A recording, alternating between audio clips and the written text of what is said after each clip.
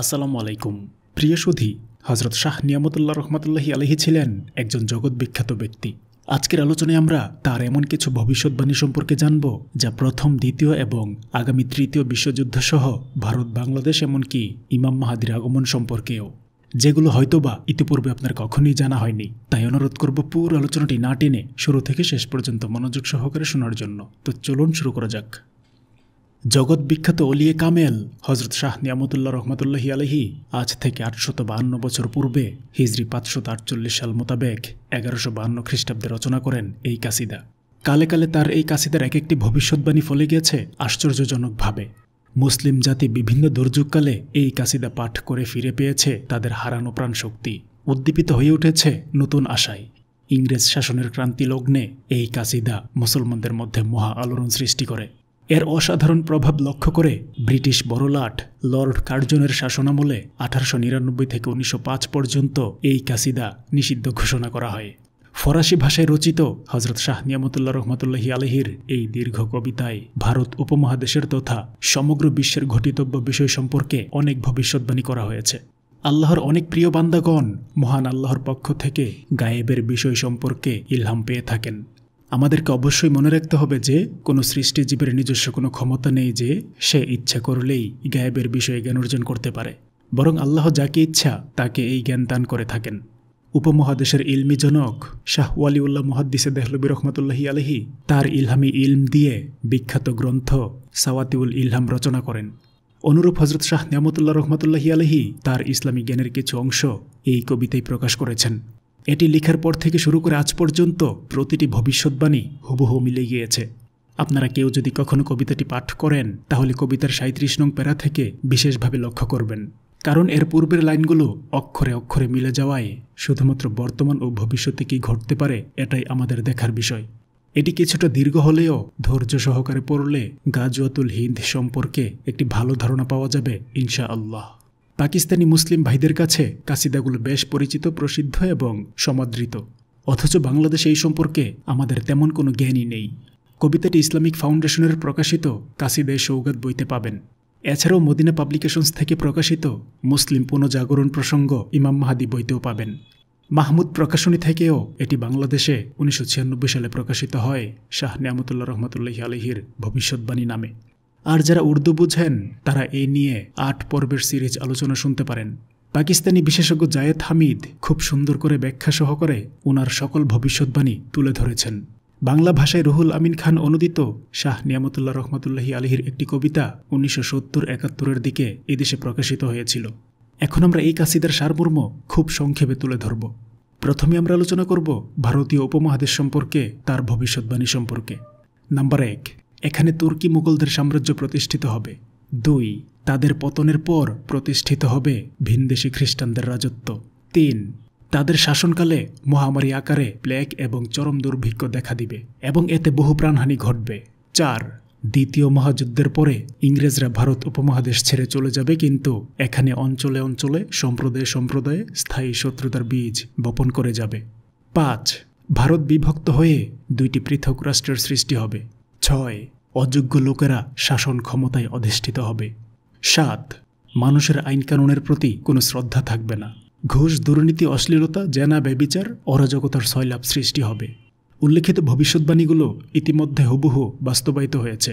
Number 8, মুসলমানদের উপর বিধর্মীরা মহা জুলুম ও অত্যাচার চালাবে। তাদের জানমালের কোনো মূল্য থাকবে না, তাদের রক্তের সাগর বয়ে যাবে। ঘরে ঘরে কারবালার মতো হাজারি সৃষ্টি হবে। এরপর পাঞ্জাবের প্রাণকেন্দ্র মুসলমানদের দখলে আসবে, হিন্দুরা সেখান থেকে পালিয়ে যাবে। 10, অনুরূপ হিন্দুরা মুসলমানদের একটি বৃহৎ শহর দখল করে নিয়ে পাইকারিভাবে মুসলিম নিধন চালাবে। 11, নামধারী এক মুসলিম নেতা এক জঘন্য চুক্তি স্থাপন করে হিন্দুদের সাহায্য করবে। 12, এরপর 2 ঈদের মধ্যবর্তী এক সময়ে বিশ্ব জনমত হিন্দুদের বিপক্ষে চলে যাবে। 13, মুহররম মাসে মুসলিমরা ঐক্যবদ্ধ হয়ে বীর বিক্রমে অগ্রসর হবে।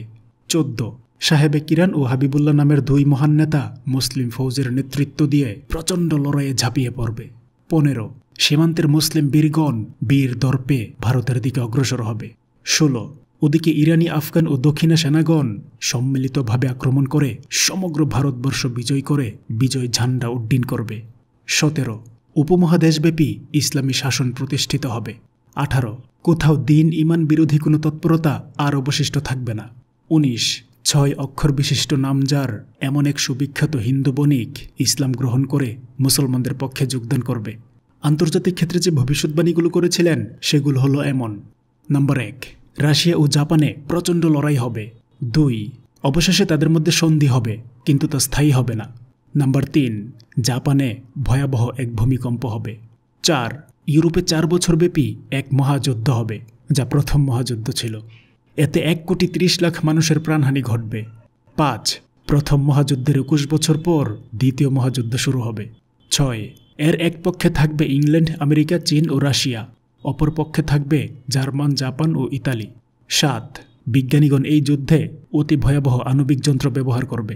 8 প্রাচ্যে বসে পাশ্চাত্যের কথা ও সঙ্গীত শ্রবণের যন্ত্র আবিষ্কৃত হবে। 9 দ্বিতীয় মহাযুদ্ধ 6 বছর স্থায়ী হবে। এতে জানমালের অপরিমেয় ক্ষয়ক্ষতি হবে। 10 দুনিয়াব্যাপী জুলুম, অত্যাচার, নগ্নতা, অশ্লীলতা ছড়িয়ে পড়বে। উল্লিখিত ভবিষ্যৎবাণীগুলো ইতিমধ্যে হুবহু বাস্তবায়িত হয়েছে।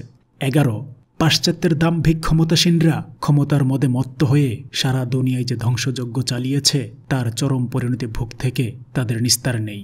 12 তৃতীয় মহাযুদ্ধ সংঘটিত হয়ে পাশ্চাত্য সভ্যতা চিরদিনের জন্য ধ্বংস হয়ে যাবে। আলিফ অক্ষরের দেশের কোনো চিহ্ন থাকবে না, কেবল ইতিহাসেই তার নাম অবশিষ্ট থাকবে। আলিফ অক্ষর দিয়ে কোন দেশকে বোঝানো হয়েছে তা নিশ্চয়ই আপনাদের বোঝার বাকি নেই। 13 খ্রিস্ট শক্তির চূড়ান্ত পতন সাধিত হবে, তারা আর কোনো দিন মাথা তুলে দাঁড়াতে পারবে না। এবং 14 এই সময় দুনিয়ার বুকে আবির্ভূত হবেন হযরত মাহদী।